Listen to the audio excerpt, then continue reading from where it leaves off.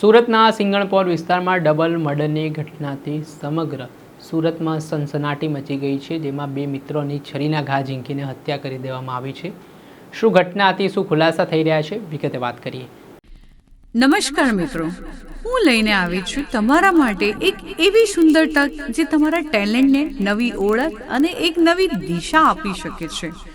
તમારા અંદર રહેલી અદ્ભુત કળા, સુંદર અવાજ અને અનોખી પ્રતિભાને હવે દુનિયા સામે રજૂ કરવાનો સમય આવી ગયો છે। જો તમે તમારા સપનાઓને સાકાર કરવા માંગો છો તો હવે ચિંતા કરવાની કોઈ જરૂર નથી। શું તમે સિંગર છો? શું તમે વોઇસ ઓવર આર્ટિસ્ટ છો? શું તમે પોડકાસ્ટ ક્રિએટર છો? શું તમે તમારી કળાને એક પ્રોફેશનલ પ્લેટફોર્મ આપવા માંગો છો? તો હવે આપનું સ્વાગત છે ઓમ રેકોર્ડિંગ સ્ટુડિયોમાં, આપનું પોતાનું વિશ્વાસુ આધુનિક રેકોર્ડિંગ સ્ટુડિયો। દર્શક મિત્રો, સ્કાયનેટ મીડિયામાં આપનું સ્વાગત છે। આજથી થોડાક દિવસ પહેલાંનો બનાવ છે। સુરતના સિંગણપોર વિસ્તારમાં બે મિત્રો છે તે માવો લેવા માટે ગયા હતા અને દુકાન બંધ હતી, છતાં આ બંને મિત્રો દ્વારા જે પાનના ગલ્લાના માલિક છે તેમને માવો લેવા માટે દુકાન ખોલાવવા મજબૂર કર્યો અને દાદાગીરી કરી, બળજબરીપૂર્વક વિવાદ થયો। ત્યારે અંદરના ભાગે જે પાનનો ગલ્લો આવેલો છે ત્યાં બીજી દુકાન આવેલી હતી, ત્યાં કેટલાક લોકો કેરમ રમી રહ્યા હતા। તેઓ બહાર આવે છે અને આ દ્રશ્ય જુએ છે ને આટલામાં ગાળાગાળી થાય છે ને જે પાનના ગલ્લાનો માલિક છે તેની સાથે આ જે મૃતક છે તે બબાલ કરવા લાગે છે। ત્યારે વચ્ચે કેટલાક લોકો છે જે કેરમ રમવા માટે ટોળામાં આવ્યા હતા તેઓ વચ્ચે પડે છે અને બોલાચાલી થયા બાદ આજે હર્ષિલ પાટીલ અને ભુટ્ટુ માળી નામના જે શખ્સ છે તેઓ પાસે છરી હોય છે અને તેમના જ છરી વડે તેમના પર હુમલો કરવામાં આવે છે અને આ ઘટનામાં બંને મિત્રોને ગંભીર ઇજાઓ પહોંચતા તેમને સુરતની ખાનગી હોસ્પિટલ ખસેડવામાં આવે છે, જ્યાં ટૂંકી સારવાર દરમિયાન આ બંને યુવાનોના મોત નીપજ્યા। આ ઘટના બાદ જે હુમલો કરનાર ટોળામાંથી આરોપીઓ હતા તેમની સામે પોલીસે સ્થાનિક પોલીસ સ્ટેશનમાં હત્યા અંગેનો ગુનો પણ નોંધ્યો અને તેમની ધરપકડ માટે તપાસના ચક્ર પણ ગતિમાન કર્યા। આ મામલે શું કહી રહ્યા છે સુરતના ડીસીપી, તેમને સાંભળો।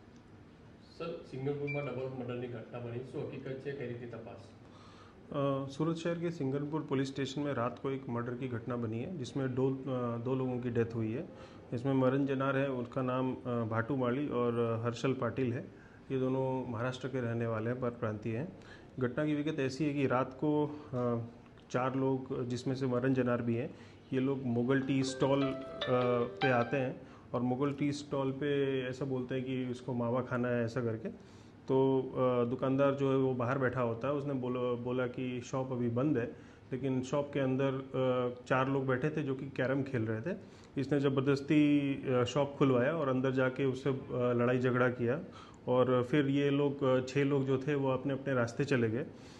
जो अंदर शॉप के अंदर बैठ के जो कैरम खेल रहे थे वो यहाँ के लोकल थे, सिंगनपुर के ही थे, और बाकी जो ये लोग थे ये कतारगाम और लिम्बायत से आए हुए थे। ये वापस जाते हैं और रांदेर के विस्तार में जाके वहाँ से चाकू लेके आते हैं और इन 4 लोगों के से लड़ाई करने का प्रयास करते हैं।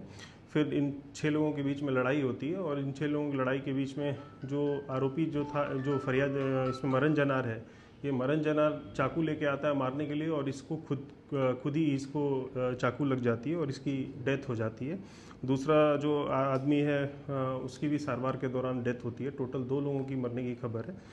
तुरंत ही सिंगनपुर पुलिस स्टेशन की डी स्टाफ और रात में जो पीएसआई थे वो भी जगह पे पहुंचे और रातों रात दो आरोपी थे इसमें, उन दोनों आरोपी को अरेस्ट कर लिया गया है और इसमें टोटल 4 आरोपी हैं। बाकी 2 आरोपी की शोधखोल चालू है। क्राइम ब्रांच की टीम और लोकल डी स्टाफ और एलसीबी की टीम इसमें लगी हुई है और जल्दी हम बाकी 2 आरोपी को भी लेके आएंगे। इसमें मर्डर का ऑफेंस हमने बीएनएस की धारा 103(1) के तहत इसमें फरियाद दाखिल किया है और आगे कार्रवाई हम कर रहे हैं। सर, आरोपी और मंडार का कोई गुना इतिहास? जो इसमें मरण जनार है, मरण जनार के ऊपर तड़ीपार का प्रपोजल अभी ऑलरेडी रखा हुआ है और इसके ऊपर पहले भी मारामारी के जैसे ऑफेंसेस इसके ऊपर ऑलरेडी दाखिल है। જે આપે સાંભળ્યા હતા સુરતના ડીસીપી, તેમણે સમગ્ર ઘટનાને લઈને માહિતી આપી છે અને જે હત્યાનો બનાવ સામે આવ્યો છે તેના કારણે વિસ્તારમાં ખળબળાટ મચી ગયો છે। હાલ આ મામલે પોલીસે આરોપીઓને જલ્દીમાં જલ્દી પકડવા માટે તપાસના ચક્ર ગતિમાન કર્યા છે। દર્શક મિત્ર, આવા જ વિડીયો જોવા માટે સ્કાયનેટ મીડિયા જોતા રહો, લાઇક કરો, શેર કરો।